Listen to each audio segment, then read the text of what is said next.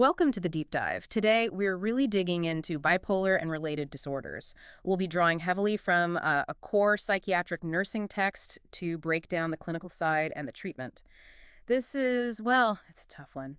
Chronic, complex, comes back again and again. Used to be called manic depression, right? And here's something really sobering. The average person with bipolar disorder waits about 6 years between symptoms starting and actually getting diagnosed and treated. 6 years, that delay. It's huge. It's absolutely massive. And, understanding the spectrum is probably the first step to fixing that. The DSM-5 very intentionally puts these disorders right between schizophrenia spectrum stuff and major depressive disorders. Okay, why there specifically? Well, it reflects the overlap. There's genetic overlap, neurobiological links. Yeah. And bipolar I especially can involve psychosis, which, can sometimes look a bit like schizophrenia. But they are distinct conditions. Oh, absolutely. Biologically distinct. Sharing features doesn't mean they're the same thing. Got it. So thinking about that spectrum, we need to pull apart the main types. We've got bipolar I, bipolar II, and cyclothymic disorder. Exactly. Those are the big three we need to understand. All right, let's unpack the differences. Starting with bipolar I, that's the most severe. Generally, yes. It's defined by having at least one manic episode. And when we say manic, we mean it. What does that look like clinically? Think persistent high energy, feeling expansive, or maybe intensely irritable. This isn't just a good mood. It lasts at least a week and causes real, marked impairment in their life. It's often a psychiatric emergency. So behaviorally, what are the signs? Extreme energy focused on goals, but often scattered. Like they're in perpetual motion. They need very little sleep, sometimes little food. And all this hyperactivity and grandiosity, it leads straight to really risky behaviors. Right, and clinically, there are a couple of major hurdles with bipolar I, aren't there? Two big ones. First is anosognosia.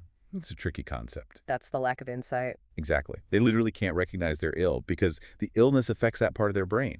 They might feel absolutely fantastic on top of the world, so why would they need help? Makes treatment incredibly difficult. It does. And the second hurdle is the risk of psychosis. Delusions are pretty common, often grandiose, thinking they're royalty or have special powers, or immense wealth. Sometimes persecutory, too. And the worst outcome. Yeah, we have to talk about suicide risk. The mortality rate is stark. About 5% of deaths in women with bipolar and 10% in men. It's serious. Okay, so that severity really highlights the contrast with bipolar II. How does that differ? Bipolar II requires at least one hypomanic episode. Think of hypomania as a lower-level mania. Less dramatic. How long does that last? At least 4 days. And here's the absolute key difference. Hypomania never involves psychosis. Never psychosis. That's the dividing line. That's the main one. Hypomania might even feel good, make someone more productive, more creative. It rarely leads to hospitalization on its own. But there's another component to bipolar II, right? It's not just hypomania. Crucially, no. You must also have at least one major depressive episode. And often, that's the only reason they seek help. The hypomania feels fine, even good, but the depression is crushing. Which leads to misdiagnosis. Very often. It gets mistaken for just major depressive disorder. And because that depression can be so profound, the suicide risk in bipolar II is also extremely high, maybe even higher sometimes because it's missed. Okay, so bipolar I mania, possible psychosis, bipolar II hypomania plus major depression, no psychosis. What about cyclothymic disorder? Cyclothymia is sort of a milder, more chronic version. You get symptoms of hypomania alternating with symptoms of mild or moderate depression. But not full episodes. Not meeting the full criteria for hypomania or major depression. Right. But this pattern has to go on for at least 2 years, and it still causes significant problems in their life, in functioning. Is it like a precursor sometimes? It can be. It's definitely not benign.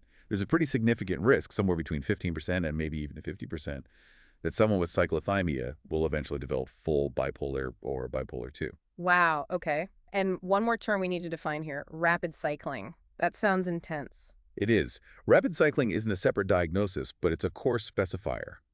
It means the person has at least 4 distinct mood episodes, could be manic, hypomanic, or depressive, all within a single 12-month period. 4 or more in a year. Yeah, and that pattern usually means more severe symptoms overall, and unfortunately, it often makes the condition harder to treat, more resistant to standard therapies. Okay, this paints a complex picture. So what's actually going on underneath? What are the biological roots? Well, genetics definitely plays a big role. If you look at identical twins, if one has bipolar disorder, The chance of the other having it is really high, around 60%. 60%, that's huge. It is. And what's really fascinating, tying back to that spectrum idea, large genetic studies show Bipolar I, the one with more psychosis risk, seems genetically closer to schizophrenia. Whereas Bipolar II, which is dominated by those depressive episodes, shows stronger genetic links to major depressive disorder itself. Why does knowing that genetic split matter for, say, a clinician? Well, it helps frame expectations. It suggests different underlying pathways, maybe different co-occurring issues to watch for. And it really drives home that this isn't just, mood swings. It's a fundamental brain disorder. So, beyond genetics, neurobiology. Yeah, the thinking here has evolved. The older idea was simple. Too much norepinephrine or dopamine causes mania.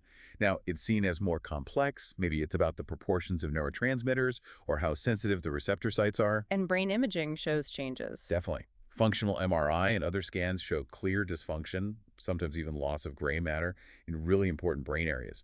The prefrontal cortex, which handles our executive functions, planning, decision-making, that's affected. Explain some of the impulsivity and poor judgment in mania.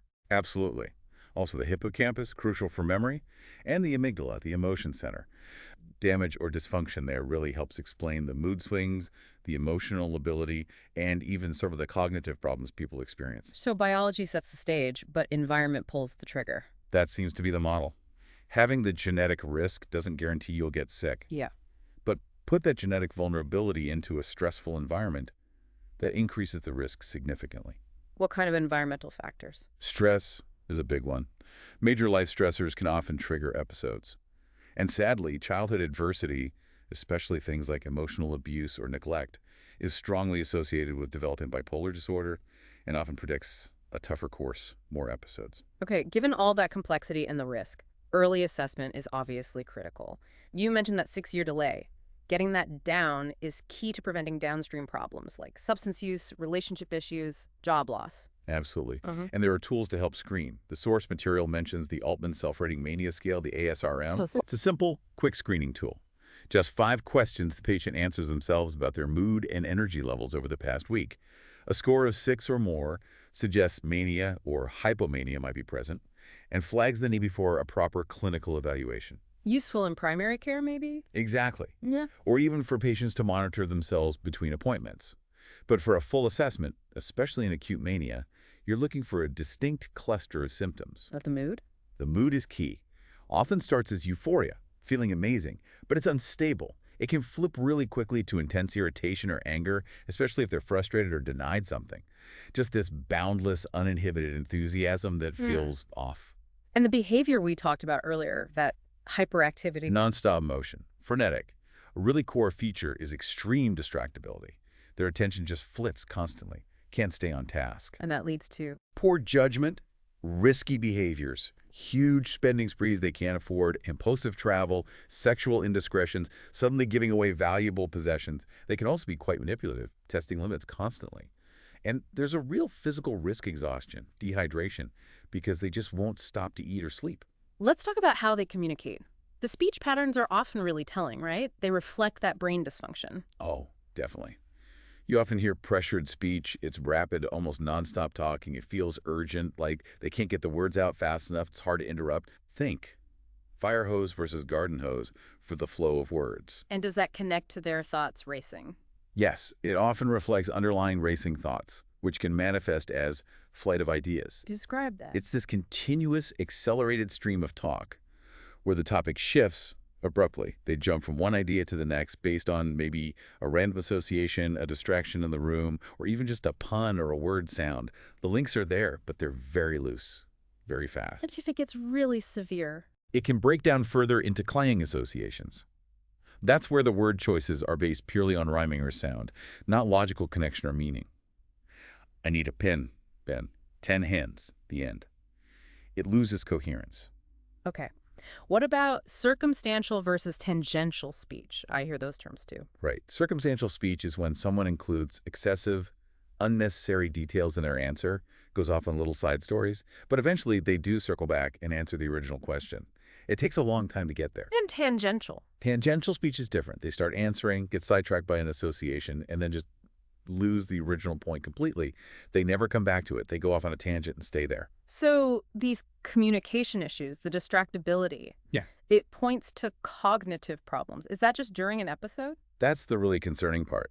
While these are acute symptoms, research shows a significant number of people with bipolar disorder have persistent cognitive issues, problems with attention, memory, executive function, even when they're in remission, between episodes. Even when their mood is stable? Yes. And the more manic episodes someone has had, the worse these cognitive deficits tend to be, and the poorer their overall long-term functioning. That really changes things, doesn't it? If mania itself can damage cognitive function long term. It absolutely raises the stakes. It makes early diagnosis and consistent effective treatment even more critical. It's not just about stopping the current episode, it's about preventing future episodes to protect long-term brain health and function. Okay, so let's shift to treatment planning. We talk about phases: acute, continuation, maintenance. In that acute phase, when someone is floridly manic, what's the absolute #1 priority for nursing care? Safety. Safety and physiological stabilization. That manic energy can lead to dangerous impulsivity, but also sheer physical exhaustion. So how do you manage that? They're not likely to cooperate easily. No, they're not. The immediate focus is preventing that physical collapse. Aggressive hydration is key, monitoring their cardiac status because of the strain. Trying to ensure they get some sleep, even just 4-6 hours a night, is a huge win. How do you even get them to rest or eat? Communication approach is vital. Firm, calm, neutral tone. Short, concise sentences, they can't process complexity. Set clear, consistent limits. For nutrition, since they won't sit for a meal, you offer frequent high-calorie fluids and finger foods they can eat on the move. Things they can grab and go. Exactly. And you need to constantly redirect that intense energy. Try to channel it into safe, low-stimulus activities. Pacing may be simple, repetitive tasks, but away from other people if they're agitated. What about when redirection and meds aren't enough? Seclusion or restraint? Those are always last resorts. They're only justified if the patient is in immediate, substantial danger to themselves or others, and everything else, verbal de-escalation, offering PRN meds, reducing stimuli, has failed. And there are strict rules. Extremely strict protocols, requires a doctor's order, constant monitoring, usually visual checks every 15 minutes, or even one-to-one observation, and regular attention to their physical needs like fluids, toileting, range of motion. It's about safety, not punishment. Okay, let's talk meds. Pharmacotherapy is central. Mood stabilizers are the go-to, right? And the classic one is lithium. Lithium carbonate, yeah. It's effective for both treating acute mania and preventing future episodes, the maintenance phase. What are the challenges with lithium? Two main ones. First, it's slow. You can take 10, maybe 21 days to really reach full effect for mania. So early on, you often need something else alongside it, like an antipsychotic, to manage acute symptoms quickly. And the second challenge? The big one. It has a very narrow therapeutic window. The difference between a dose that works and a dose that's toxic is really small. Which means blood level monitoring is crucial. Absolutely essential. We monitor levels very closely, especially early on. For acute mania, the target range is usually 0.8 to 1.2 milliequivalents per liter, MEQL. For long-term maintenance, it's a bit lower, maybe 0.6 to 0.8 milliQL. So patient education must be intensive. What do they absolutely need to know? Consistency is the key word. They need to maintain consistent fluid intake, usually about 1.5 to 3 liters a day, and consistent salt intake. Changes in hydration or salt levels can drastically affect lithium levels. What happens if levels get too high? What are the signs of toxicity? It's a progression. First, they might just have expected side effects like increased thirst, need to pee more, maybe a fine hand tremor. Early toxicity, maybe around 1.5 millieQL or slightly higher, brings things like a coarse hand tremor, nausea, vomiting, diarrhea, confusion. And advanced toxicity? That's a medical emergency. Yeah.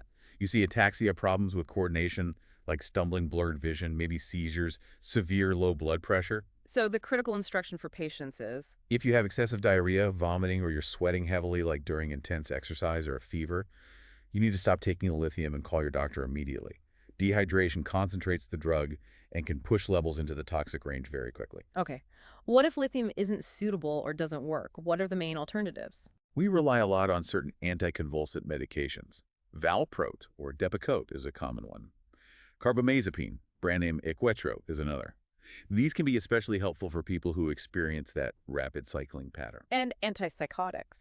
Yes, particularly the second-generation antipsychotics or SGAs. Drugs like olanzapine, Zyprexa, or quetiapine, Seroquel are often used. They work well as mood stabilizers, plus they often have immediate sedating effects, which can be really helpful in acute mania. Any major downsides to the SGAs? The main concern is metabolic side effects.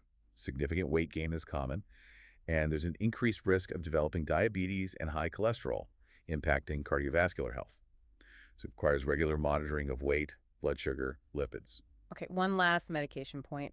Treating bipolar depression. You mentioned earlier it's often misdiagnosed. Why is treating it pharmacologically tricky? The big danger is that using a standard antidepressant alone can actually trigger a switch into mania or hypomania in someone with bipolar disorder.